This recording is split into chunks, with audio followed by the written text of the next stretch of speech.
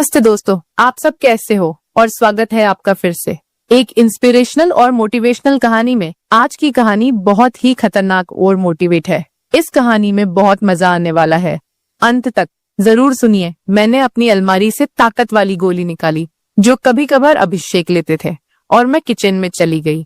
मैंने हल्दी बादाम वाला दूध बॉयल किया और उसमें एक गोली डाल दी ताकि अभिषेक को थोड़ी ताकत मिल सके। ऐसा करते करते रात के 10 बज चुके थे। फिर मैंने जल्दी से दूध का गिलास लिया और अभिषेक के कमरे में चली गई। अभिषेक बड़े ध्यान से मेरा इंतजार कर रहे थे। जैसे ही मैं अंदर आई, अभिषेक खड़े हो गए और मुझे देखने लगे। जब वह कुछ नहीं बोला तो मैंने ही पूछ लिया, ऐसे क्या देख रहे हो, बताओ मैं कैसी लग रही हूँ? अभिषेक ने संकोच में कहा, मौसी, मन तो ऐसा कर रहा है कि आपको अभी खा जाऊं। मैंने हंसते हुए उसे दूध का गिलास पकड़ा दिया और कहा, मुझे खाने की जरूरत नहीं है, बस तुम इसे पी लो। अभिषेक ने जल्दी से गिलास पकड़ा और एक सांस में दूध पी गया। दूध पीते ही मेरी हाय दोस्तों, तो चलिए आपको जल्दी से शुरू से कहानी सुनाती हूँ। मेरा नाम दीपिका है। मेरी उम्र 28 साल है, लेकिन मेरा दिल हमेशा युवा रहता है और मेरी हाइट लगभग 5 फीट 3 इंच की ऊंचाई के साथ। जब मैं साड़ी पहनती हूँ तो जैसे सब कुछ ठहर जाता है। मेरी सुंदर रंगत पर जब सूरज की किरणें पड़ती हैं तो लगता है मानो मैं एक चांदनी रात में घूम रही हूँ। अब बात करते हैं मेरे 21 साल के भतीजे की, जो मेरा हो गया है। उसकी मासूमियत और उत्साह ने मेरे मन में एक हलचल सी मचा दी है। जब वह मेरी तरफ देखता है तो उसकी आंखों में वह खास चमक होती है, जैसे वह किसी खूबसूरत ख्वाब को देख रहा हो। कभी वह मुझसे कहता है, मौसी, आज आप सच में बहुत सुंदर लग रही हैं। इसलिए मेरे पति कभी कभी दिन में ही मेरा पूजन कर देते हैं। हम शहर में रहते हैं क्योंकि मेरे पति सरकारी नौकरी करते हैं। मेरी 1 साल की एक बेटी भी है, इसलिए दूध की थैलियां भी बड़ी है। मैं अपने पति का आशीर्वाद समझकर रोज लेती थी। भले ही हमारी शादी को 9 साल हो चुके थे, लेकिन मेरे पति अभी तक मुझे अच्छा प्यार करते थे। वैसे आमतौर पर उसका रंग काला ही होता है, लेकिन मैं बहुत साफ सफाई रखती थी और कभी कभार मेकअप भी कर लिया करती थी। पिछले महीने कुछ ऐसा हुआ जिसका हमें बिल्कुल अंदाजा नहीं था। शाम को मेरे पति साहिल घर आ रहे थे।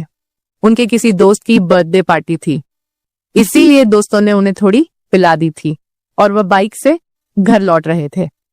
आते वक्त उनका एक्सीडेंट हो गया।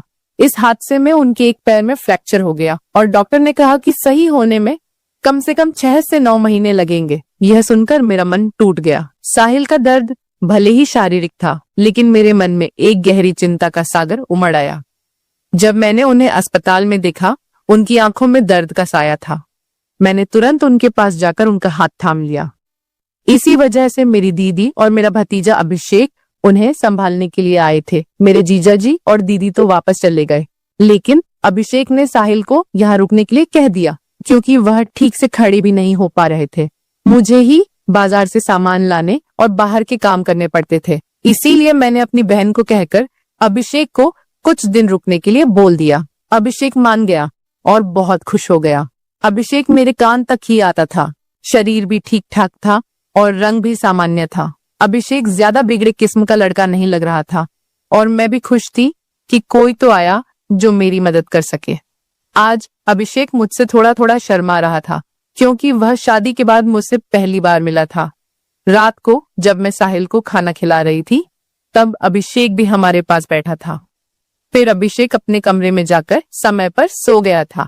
साहिल के चेहरे पर थोड़ी राहत थी, लेकिन वह अभी भी दर्द में था। तभी मेरी अंदर की भावनाएं बाहर निकल पड़ी। मैंने साहिल के पास बैठकर कहा, वह भी क्या दिन थे जब आप रोजाना भूत मारा करते थे। साहिल ये सुनकर मुस्कुराने लगे। क्या हो गया मेरी रानी, आज तो पूरी मजे में लग रही हो। मैंने कहा, नहीं जी, आपको तो मजाक लग रहा है और इधर मेरी बुरी हालत हो रखा है। सच बताओ तो इस भूत ने मेरा बुरा हाल कर दिया है। मेरे पति बोले, मैं तुम्हारा दर्द समझता हूँ दीपिका, मेरा भी बहुत मन करता है, लेकिन क्या करूं, मैं तो ठीक से खड़ा भी नहीं हो सकता। बस थोड़े दिन और निकाल दो, फिर देखना मैं इस भूत का क्या हाल करता हूँ। तभी मैंने कहा, थोड़े दिन नहीं, पूरे 6 महीने बाकी है प्लास्टर उतरने में, और मेरा तो 1 महीने में ही यह हाल हो गया। पता नहीं आगे के दिन कैसे कटेंगे। मेरे पति मेरी उदासी दूर करने के लिए बोले, चलो वो नहीं तो कम से दूध ही पिला दो, डॉक्टर ने भी कहा है।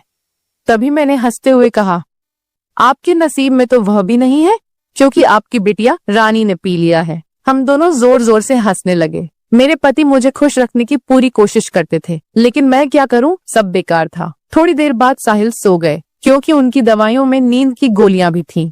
लेकिन मुझे नींद कहाँ आ रही थी, इसीलिए मैं खड़ी होकर अभिषेक को देखने चली गई कि वह सोया है या नहीं। लेकिन अभिषेक अभी तक जाग रहा था और मोबाइल देख रहा था। मैंने उसके कमरे में जाकर कहा, क्या हुआ अभिषेक, 11 बज चुके हैं और तुम अभी तक नहीं सोए, लगता है तुम्हारे मन नहीं लग रहा है। अभिषेक उठकर बैठ गया और बोला, नहीं मौसी, ऐसी बात नहीं है, बस यूं ही फोन देखते देखते लेट हो गया। फिर अभिषेक ने पूछा, मौसी आप भी तो नहीं सोई? मैंने कहा, मुझे तो आजकल नींद ही नहीं आती। अभिषेक ने पूछा, क्यों, क्या बात हो गई? मैंने हंसते हुए कहा, नहीं नहीं, वह मैं तुम्हें नहीं बता सकती। जब तुम्हारी शादी होगी तो तुम्हें खुद ही पता चल जाएगा। मेरे मुंह से ऐसा सुनते ही अभिषेक ने अपनी नजरें नीचे झुका ली और अंदर ही अंदर मुस्कुराने लगा। तभी मैंने कहा, अरे तुम तो इतनी सी बात पर शर्मा गए। अच्छा बताओ, अभी तक कोई लड़की पटाई है या नहीं? अभिषेक कुछ नहीं बोला, उसे अभी भी शर्मा रही थी। तभी मैंने उसका हाथ पकड़ा और कहा, अरे पागल, अपनी मौसी से इतना मत शर्माओ। वह धीरे से बोला, मौसी सच बताओ तो ऐसी बातें मैंने अभी तक अपने दोस्तों से भी नहीं की हैं। मैंने कहा, अच्छा तो मुझे अपना दोस्त ही समझ लो ना, क्योंकि मुझे ऐसी बातें करने में बहुत मजा आता है। अभिषेक ने कहा, हाँ मौसी, एक थी, लेकिन उसने अभी मेरे से दोस्ती तोड़ दी है। मैंने पूछा, तुमने उसकी पिटाई तो कर दी होगी ना? अभिषेक बोला, नहीं मौसी, सच बताऊं तो मैंने उसे ढंग से टच भी नहीं था। मैंने मुंह बनाते हुए कहा, तुम तो बड़े भोले हो अभिषेक। चलो कोई बात नहीं, अब तुम मेरे पास आ गए हो तो मैं तुम्हें सब सिखा दूंगी। मैं बातें करते करते अभिषेक के कमरे में ही सो गई थी। सुबह जब मेरी आंखें खुली तो अभिषेक बेड पर बैठा हुआ मुझे ही निहार रहा था। मेरे उठते ही अभिषेक ने मुझे गुड मॉर्निंग बोला। जब मैंने पूछा, क्या देख रहे हो, तो वह बोला, मौसी आप सच में बहुत खूबसूरत हो। मैंने मुस्कुराते हुए बोली, अच्छा तो अब तुम सुबह सुबह खूबसूरती का नजारा ले रहे हो और रात को तो बड़े शर्मा रहे थे। अभिषेक मुस्कुराकर पूछने लगा, मौसी आप बुरा ना मानो तो एक बात पूछ सकता हूँ? मैंने कहा, अरे पागल, मैं क्यों बुरा मानूंगी, पूछो क्या पूछना है। अभिषेक मुझसे कहने लगा, मौसी सच सच बताना, आप जो 2.5 किलो के वजन अपने पास लिए घूमती हो, आपको भारी नहीं लगता क्या? उसकी यह बात सुनकर मेरी हंसी छूट गई। इसके बाद अभिषेक मुझसे काफी खुल गया था और अब वह मुझसे ज्यादा शर्म नहीं करता था। इससे मैं भी बहुत खुश थी, क्योंकि अब मेरा भी समय अच्छे से कटने लगा था। अभिषेक को आए हुए 11 से 13 दिन बीत चुके थे और वह मुझसे काफी घुल मिल गया था। वह बाहर के सारे काम कर देता, बाजार से सामान ले आता और अपने चाचा को भी घुमा देता। मेरी तो बहुत सेवा करने लगा था। शाम को मेरा सर भी दबा देता और कभी कभी मेरे शरीर को भी आराम देता। लेकिन मेरी फरमाइश दिनों दिन बढ़ रही थी और मेरे पति की हालत अब भी वैसी ही थी। अब सब कुछ मेरी बर्दाश्त के बाहर हो चुका था। मैंने सोचा कि अब तो अभिषेक ही है जो मेरी हेल्प कर सकता है। वैसे मेरे पड़ोस में भी 3 लड़के रहते थे जो स्टडी करते थे। वे भी मुझे देखते थे। जब भी मैं छत पर बाल सुखाने या कपड़े सुखाने जाती तो वे मुझे ही देखते। और पहले तो मैंने सोचा कि उनमें से एक को पकड़ लूं ताकि कुछ समय के लिए काम चल जाए। लेकिन फिर मैंने सोचा कि मैं इस घर की इज्जत हूँ और कल को पता नहीं इनमें से कौन मुझे या मेरे पति को बदनाम कर दे। इसीलिए मैंने उन्हें भाव नहीं दिया। लेकिन अभिषेक तो घर का ही है, इसीलिए मैंने सोच लिया कि वही मेरी हेल्प कर सकता है। आज मैंने पक्का प्लान बना लिया कि आज अभिषेक हेल्प ले ही लूंगी। उसके बाद मैं रसोई में खाना बनाने चली गई। जैसे ही अभिषेक नहाकर फ्रेश होने के बाद रसोई में आया, मैंने दूध निकालने का बहाना बना दिया। मैं रसोई घर में ही लोटे से दूध निकाल रही थी। मेरी बेटी अभी नानी के घर गई हुई थी, क्योंकि घर में उसे संभालने वाला कोई नहीं था। इसलिए अब बाकी का दूध निकालना पड़ता था और घर में मेरे पति और अभिषेक के अलावा कोई नहीं था, तो मुझे डर भी नहीं था। जैसे ही अभिषेक अंदर आया, वह मुझे देखकर एकदम घबरा गया और कहने लगा, सॉरी मौसी, मुझे माफ कर दो। मैंने देखा नहीं और बाहर जाने लगा। तभी मैंने उसे रोक लिया। अरे अभिषेक, क्या हुआ? कोई बात नहीं, अंदर आ जाओ, अभिषेक बोला। अरे मौसी, ऐसे में अंदर कैसे आऊं? मैंने कहा। ऐसे वैसे मत करो और जल्दी से आकर मेरी मदद करो। अभिषेक का मन भी कर रहा था, लेकिन मैं उसकी मौसी थी, इसीलिए वह थोड़ा अनकंफर्ट फील कर रहा था। फिर मैंने उससे कहा, अरे इतना क्या शर्मा रहे हो, अब जल्दी से आओ और मेरी मदद करो। धीरे धीरे अभिषेक रसोई में आ गया और पास आकर खड़ा हो गया। वह मुझे देखता ही रह गया। तभी मैंने कहा, ऐसे क्या घूर रहे हो, क्या तुमने आज तक नहीं देखा? अभिषेक बोला, माँ कसम मौसी, मैं आपको बता नहीं सकता कि मुझे कैसा लग रहा है। बहुत ही अच्छा है मौसी, मैंने कहा। तारीफें करना छोड़ो और यहाँ मेरी मदद करो। तभी अभिषेक बोला, मौसी मुझे नहीं आता, कैसे करना है? तो मैंने कहा, अरे बुद्धू, इसमें कुछ नहीं करना, ये लो पकड़ो और बस धीरे धीरे निकलो। थोड़ी देर बाद जब अभिषेक के हेल्प में हाथ तेज होने लगे तो मैंने सोचा कि अब मेरा आगे झुककर सही से काम करने का समय है। मगर जैसे ही मैं झुकने लगी तो देखा कि अभिषेक का काम तो पहले ही खत्म चुका है। उसे देखकर मेरा मन बहुत उदास हुआ, लेकिन फिर भी मेरी हंसी निकल ही पड़ी। मैंने नाराजगी से अभिषेक को मारते हुए कहा, यह क्या किया पागल, तुमने तो शुरू होने से पहले ही खत्म कर दिया। इसके बाद जैसे ही अभिषेक का नशा उतरा, उसने हड़बड़ा हुए कहा, सॉरी मौसी, सॉरी, वो मैंने ऐसा काम पहले कभी नहीं किया, इसलिए मुझसे ऐसा हो गया। मैं अभी जाकर साफ करके आता हूँ। और उसने मेरी एक भी बात नहीं सुनी और तुरंत रसोई में से चला गया। मैंने भी उसे ज्यादा रोकने की कोशिश नहीं की, क्योंकि मैं समझ चुकी थी कि यह उसके लिए इतना आसान नहीं होगा। इस चक्कर में आज खाना भी लेट हो गया था, इसलिए मैंने जल्दी से खाना तैयार किया और साहिल को कमरे में देने के लिए चली गई। साहिल भी बैठे बैठे खाने का इंतजार कर रहे थे। साहिल बिल्कुल सीधे साधे और सरल स्वभाव वाले आदमी है। वह मेरी बहुत चिंता करते हैं। जब मैं उनके लिए खाना लेकर गई तो पूरा पसीने से भीगी हुई थी। मुझे देखकर वह बोले, इतनी जल्दबाजी क्यों करती हो दीपिका, धीरे धीरे काम कर लिया करो ना, देखो तुमने अपना क्या हाल बना लिया है। तब मैंने उन्हें छेड़ते हुए कहा, यह तो कुछ भी नहीं है, जब तुम काम करते हो तो मेरा इससे भी बुरा हाल हो जाता है, और तब तो मैं तुम्हें रुकने के लिए भी कहती हूँ, लेकिन तुम तो नो कहकर काम की स्पीडी को दुगना कर देते हो। मेरे मुंह से ऐसा सुनकर मेरे पति मुस्कुराने लगे। तुम भी ना दीपिका, कहाँ की बात कहाँ ले जाती हो। इसके बाद साहिल ने खाना खा लिया और मैंने उन्हें दवाई भी दे दी। दवाई लेने के बाद उन्हें नींद आ गई और वह आराम करने लगे। मैं भी काफी थक चुकी थी, इसलिए मैं नहा धोकर फ्रेश हो गई। इसके बाद मैं अभिषेक के कमरे में उसे देखने के लिए तो वह भी सो चुका था। फिर मैं भी आकर आराम करने लगी। शाम को जब मैं अभिषेक को चाय देने गई तो वह बैठा फोन चला रहा था। मुझे देखकर उसके चेहरे पर मुस्कान आ गई। मैं भी उसे देखकर हंसने लगी और मैंने उससे पूछ लिया, क्या बात है? अभिषेक, आज तो तुम काफी ढीले ढाले से लग रहे हो। अभिषेक बोला, मौसी, वह मैंने पहली बार काम ऐसा अनुभव लिया था। प्लीज आप बुरा मत मानना, मैं सच बता रहा हूँ, बिल्कुल मेरे से काम नहीं कर पाया। तभी मैंने उसे रोकते हुए कहा, अरे बेवकूफ, मैं कब बुरा मानने लगी, वैसे सच बताऊं तो मुझे भी अच्छा लग रहा था। इसके बाद मैंने अभिषेक को चाय पकड़ा दी और उसके साथ बैठकर पीने लगी। हम दोनों बातें करने लगे। आज अभिषेक के मुंह से मेरे लिए तो फूल ही झड़ रहे थे। वह बस मेरी तारीफें ही करता जा रहा था। मौसी, आप बहुत अच्छी हो। मैं तो सोच रही हूँ कि सारी उम्र आपके ही घर रहूं। इन 13 दिनों में मुझे स्वर्ग जैसा महसूस होने लगा है। और ऊपर से आपकी खूबसूरती। मैंने मुस्कुराते हुए कहा, आज तो तुम्हारे मुंह से सिर्फ तारीफें ही निकल रही हैं, लगता है।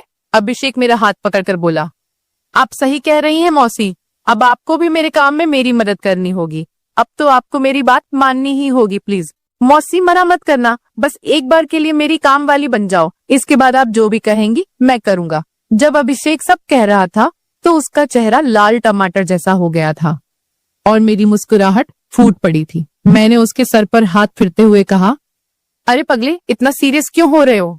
बताओ, मैंने तुम्हें कभी किसी चीज के लिए मना किया है? वैसे भी अब तुम्हारे चाचा तो वैसा भी मेरे काम में मेरी मदद नहीं कर पाते हैं। और तुम इतना शर्माओ मत। अगर इतना शर्माओगे तो कैसे चलेगा? अब से तुम मुझे अपनी मौसी नहीं बल्कि काम वाली ही समझना। अभिषेक बोला, मौसी एक बात और है, मेरा तो काम करते ही निकल जाता। मैं बहुत काम करता हूँ। मैंने उसे कहा, इसकी चिंता मत करो, इसका इंतजाम मैं कर दूंगी, तुम बस काम के लिए तैयार रहना। मेरे इतना कहते ही अभिषेक खुश हो गया और उसने थैंक्स मौसी की रट लगा दी। कहने लगा, मौसी आप बहुत अच्छी हैं। इसके बाद मैं चली गई क्योंकि शाम हो रही थी और मुझे साहिल को नहलाना भी था। जब साहिल जी नहा लिए तो अभिषेक उन्हें बाहर टहलाने ले गया। इसके बाद मैंने जल्दी जल्दी सारा काम किया और उनके आने तक खाना भी तैयार कर दिया। आते ही अभिषेक ने हाथ पैर धोए और खाना खाने के लिए बैठ गए। इतने में 9 बज चुके थे और साहिल की दवाइयों का समय हो रहा था। इसीलिए मैं उन्हें कमरे में ले गई और दवाइयां दे दी। साहिल की मेडिसिन में नींद की गोलियां भी थी ताकि उन्हें ज्यादा दर्द ना हो और आसानी से नींद आ जाए। साहिल दवाइयां लेकर जल्दी ही सो गए। मैं उनका सर दबा रही थी। जैसे ही मुझे पता चला कि साहिल सो चुके हैं, मैं नहाने चली गई। नहाकर मैंने रेड कलर की साड़ी पहनी, बालों का जोड़ा बना लिया और महक के लिए परफ्यूम भी लगा लिया। वैसे तो मैं मेकअप कभी कभार ही करती हूँ, लेकिन आज थोड़ा थोड़ा कर ही लिया ताकि चेहरा ब्लश करे। पूरी तरह से तैयार होने के बाद मैंने अपनी अलमारी से ताकत वाली गोली निकाली जो कभी कभार साहिल लेते थे और रसोई में चली गई। मैंने हल्दी बादाम वाला दूध तैयार किया और उसमें एक गोली डाल दी ताकि अभिषेक को थोड़ी ताकत मिल सके। ऐसा करते करते रात के 11 बज चुके थे। फिर मैंने जल्दी से दूध का गिलास लिया और अभिषेक के कमरे में चली गई। अभिषेक बड़े ध्यान से मेरा इंतजार कर रहा था। जैसे ही मैं अंदर आई, वह खड़ा हो गया और मुझे देखने लगा। जब वह कुछ नहीं बोला तो मैंने ही पूछ लिया, ऐसे क्या देख रहे हो, बताओ मैं कैसी लग रही हूँ? अभिषेक ने संकोच में कहा, मौसी मन तो ऐसा कर रहा है कि आपको अभी खा जाऊं। मैंने हंसते हुए उसे दूध का गिलास पकड़ा दिया और कहा, मुझे खाने की जरूरत नहीं है, बस तुम इसे पी लो। अभिषेक ने जल्दी से गिलास पकड़ा और एक सांस में दूध पी गया। दूध पीते ही मैंने कहा, चलो अब जल्दी से पूजा शुरू करते हैं। अभिषेक ने जवाब दिया, मौसी पूजा तो शुरू कर दूंगा, लेकिन आप दिए में तेल डालोगी या फिर सीधे ही पूजा करवाओगी? मैंने मुस्कुराते हुए कहा, तुम मेरी चिंता मत करो, मैं पहले से ही तेल डालकर आई हूँ। इसके बाद जो हुआ वह बताते हुए मुझे भी शर्मा रही है। मैं अभिषेक को अब तक बच्चा ही समझ रही थी, लेकिन उसने पूजा में मेरे पति को भी पीछे छोड़ दिया। अभिषेक ने सबसे पहले काजू कतली का स्वाद खाया। मेरे पति ने आज तक काजू कतली नहीं खाई, वह तो सीधे ही पूजा शुरू कर देते थे। जब मैंने अभिषेक से कहा, अब बस भी करो और कितने खाओगे, तो उसने जवाब दिया, नहीं मौसी, आपको नहीं पता यह कितनी मीठी है, इसी के लिए हम पागल रहते हैं। यह अभिषेक की पहली पूजा थी, इसीलिए वह आधे घंटे से ज्यादा नहीं कर पाया। मैं तो ज्यादा नहीं थकी, लेकिन अभिषेक पसीने पसीने हो चुका था। मुझे भी 2 महीने बाद पूजन का काम मिल रहा था, तो मैं भी बहुत खुश थी। इसके बाद अभिषेक थक चुका था और आराम करने लगा। मैं भी वहीं पर थी। जब मैंने उससे पूछा कैसा लगा फर्स्ट टाइम पूजा करके, तो अभिषेक ने जवाब दिया, मौसी सच कहूँ तो ऐसा लगा जैसे जिंदगी के सारे सुख एक साथ मिल गए, या कहूँ तो दुनिया की सबसे अच्छी मौसी हो। फिर हम बातें करते करते सो गए। सुबह जब मैं उठी तो बिल्कुल फ्रेश महसूस कर रही थी। मैंने उठकर चाय नाश्ता बना लिया और साहिल को दे आई। इसके बाद मैं अभिषेक को भी चाय देने के लिए उसके कमरे में गई। वह भी उठ चुका था। चाय लेकर उसने मुझसे पूछा, मौसी मुझे डर लग रहा है, कहीं हमने कुछ गलत पूजा तो नहीं कर ली? मुझे लगा कि शायद अभिषेक को पछतावा हो रहा है। मैंने उसे समझाते हुए कहा, अभिषेक तुम ऐसा बिल्कुल मत सोचो, सच कहूं तो यह मेरी मजबूरी थी, क्योंकि तुम्हारे चाचा 7-8 महीने तक ठीक नहीं हो सकते और मुझसे इतना इंतजार शायद ही हो पाता, लेकिन तुमने मेरी बहुत मदद की है। पूजा करने में प्लीज तुम इतनी टेंशन मत लो, और हाँ, इसके बारे में किसी से भी मत कहना। अभिषेक ने सर हिला दिया और बोला, मौसी अगर यह मेरी मजबूरी बन गई तो मैंने कहा, आ जाना फिर अपनी मौसी के पास, मैंने कब तुम्हें मना किया है। इतना कहकर मैं मुस्कुराने लगी और अभिषेक फिर से मेरी तारीफ करने लगा। मौसी आपकी जितनी तारीफ की जाए उतनी कम है। पता नहीं मैंने पिछले जन्म में कौन से पुण्य किए थे जो मुझे आप जैसी मौसी मिली। इसके बाद मेरे और अभिषेक के बीच पक्की वाली दोस्ती हो गई थी। अब जब भी मेरा मन करता मैं अभिषेक से पूजन करवा लेती। इसी बीच अभिषेक के पापा ने फोन भी किया था कि वह घर आ जाए, लेकिन अभिषेक ने मना कर दिया। अब मेरे पति साहिल भी चलने फिरने लगे थे, तो हम लोग बाजार भी घूमने लगे। अभिषेक अब मेरी ओर ज्यादा केयर करने लगा था। शाम को जब भी मैं साहिल को सुलाकर अभिषेक के पास जाती तो वह मेरे पैर दबाता, कमर की मालिश करता और सर भी दबाता। मैं अभिषेक से कहा भी करती थी कि मेरे लिए इतना काम करने की जरूरत नहीं है, लेकिन वह नहीं मानता और कहता, चुप रहो मौसी, आप सारा दिन काम करती हो इसीलिए थक जाती हो, तो इतना तो मुझे भी करने दो। दोस्तों, शायद आप लोगों को मैं बिल्कुल भी पसंद ना आऊं क्योंकि मैंने इसके रिश्ते को खराब किया है, लेकिन सच कहूं तो मैं भी ऐसा करना नहीं चाहती थी, लेकिन भावनाओं में सब कुछ हो गया। इसलिए प्लीज आप लोग समझने की कोशिश करना और मेरी कहानी को सुनकर भावनाओं में मत बह जाना, क्योंकि सच में ये गलत बात होती है। तो मेरे खातिर कमेंट में एक प्रॉमिस जरूर करके जाइए कि आप लोग अपने जीवन में ऐसा कभी नहीं करेंगे। स्टोरी की शिक्षा, यह कहानी हमें कई महत्वपूर्ण सबक देती है जो हमारे जीवन में काम आ सकते हैं। आइए हम इन शिक्षाओं को विस्तार से समझते हैं।